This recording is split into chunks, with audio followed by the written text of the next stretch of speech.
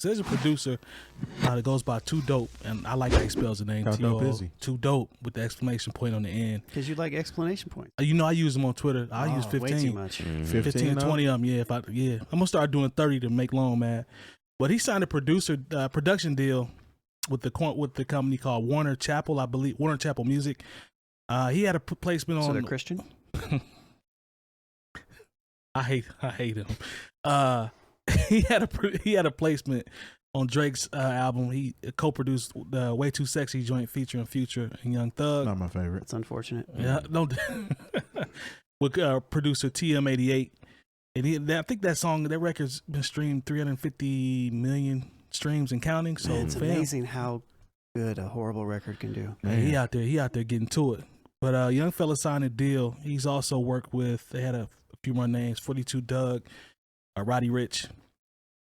So I thought he's established, so he actually get his feet wet, and the company was excited about signing him.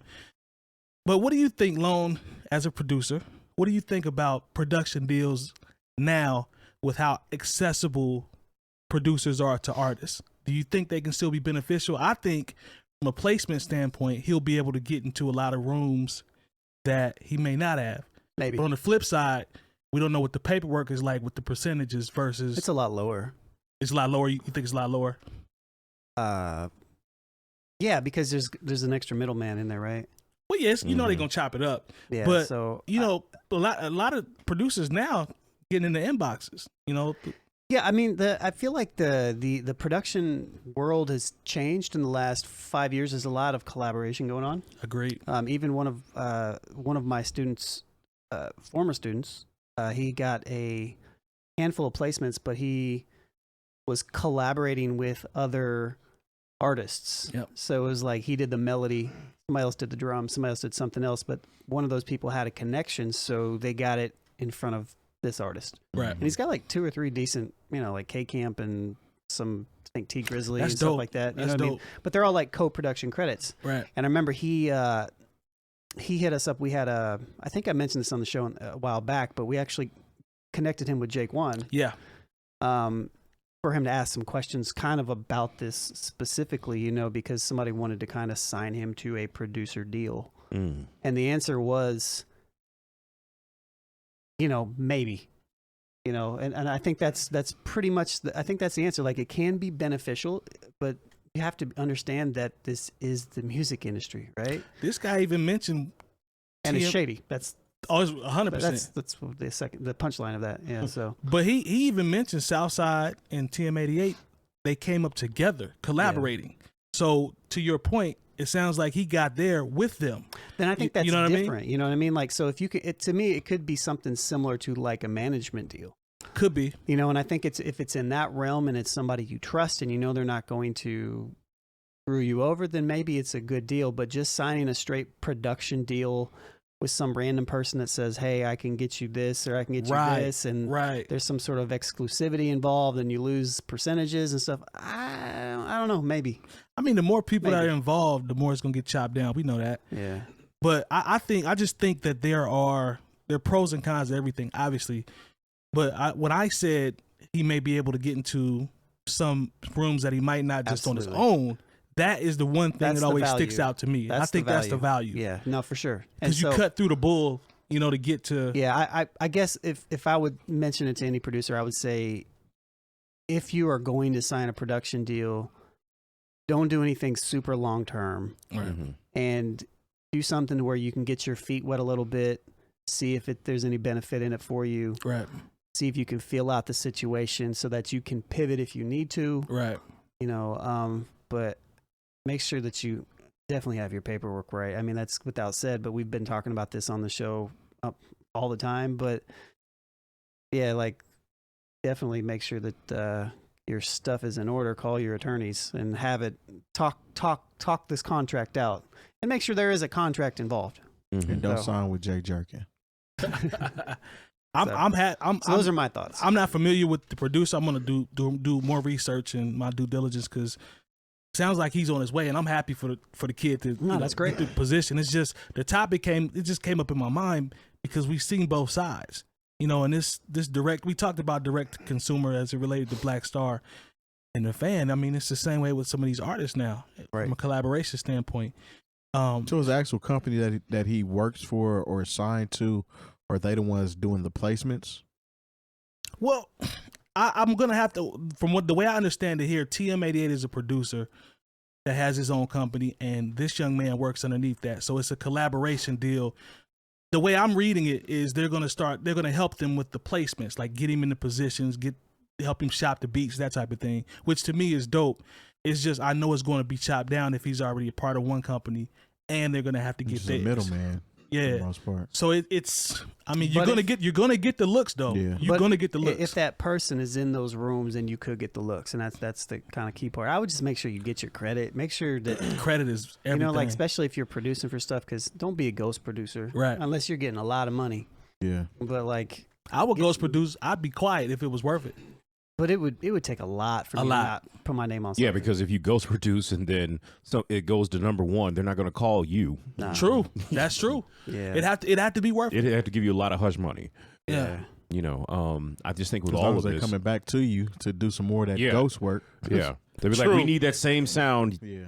Can you get us the ghost guy? I don't know whose name is on it, but we want the ghost guy. I got You know, but that's another phone call that somebody has to make that doesn't go directly to you. Yeah. You know, it's also, you know, just like everything in the entertainment industry, especially now when there is so much access. Because at one point there was no access to a direct to consumer. It was different model. 20 years ago. True. You know, That's you true. really had to have somebody who was already established speak for you, even if you already had 4 or 5 #1s, because people are very much, what have you done for me lately? That's true. Now, you know, if you can produce 4 or 5 hits, like, okay, think about somebody like Hit Boy, who did all that work for Jay-Z and Kanye on Watch the Throne.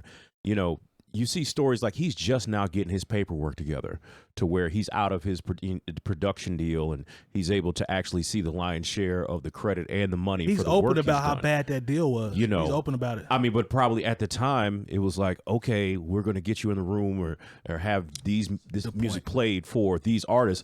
And even if we were just, hey, here's $100,000 up front, it probably changed his life. Of course it for did. sure. You know, Yeah, same token, he could still produce under that same umbrella, but just not say it's from Hit Boy. But you know, but people be like, I want that Hit Boy. But I mean, there are people who've had to evolve. Like it used to be Young Berg, now it's Hitmaker. You know, and I don't know if it had to do with his paperwork or just the Young fact. Berg was the rapper, and he called himself Hitmaker when he transitioned over to the production side. You know, but his pen game is high. It just was a situation to where, you know, here's somebody who's supremely talented. You know, with Hit Boy, and he's you can't deny that. Yeah. Who had to go through years of being signed to a jerk contract to where like people could have hit him up directly and be like, Hit Boy, let's work. Yeah. You know, but he had to, you know, he was signed to this production deal. And there's, whenever you sign a deal and that person may have a deal, there's a whole bunch of people who get to touch your money before you touch it. Yeah. And, you know, I think Hit Boy, if you could just tell people that and let them understand, is like, oh yeah, you got $100,000, that's dope. But you realize that other people split up another $900,000 on your behalf, and that happens all the time in the record industry. sometimes it works out. It works out for the better. Same example for that album, Murder. I think it was Murder for Excellence. Is that the name of the record on Watch the Watch the Throne? Throne? Yeah, I know. S1 produced that. And he tells a story about how they flew him out to Hawaii and he had to play the beats and go through, you know, Kanye saying Murder to Excellence. Thank you. I knew I was close. But S1 talked about how he was in a room with Kanye and Kanye was like, man, why did I even bring you out here? Because he played one beat that wasn't it. But he stayed in there, refocused, chopped the sample up, and it worked. And he's still known for that. He got his credit. So now that's a huge feather in his cap to be able to say, I did that joint on Watch the Throne. And that's so it can't stuff way before that. Right. And he's one of my favorites. But it was dope to see it actually work out. He's not on our list. Oh, S1's not on our list? Symbolic one. Anyways. Yeah.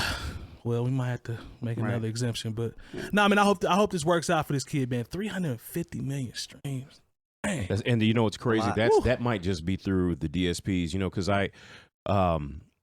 because when I made a video playlist for the club I work in, and like I was able to see like how much some of this stuff streams. And just look at, you know, because older videos, like depending on what it is, like they might have 10, 15, maybe 25 million streams. Yeah.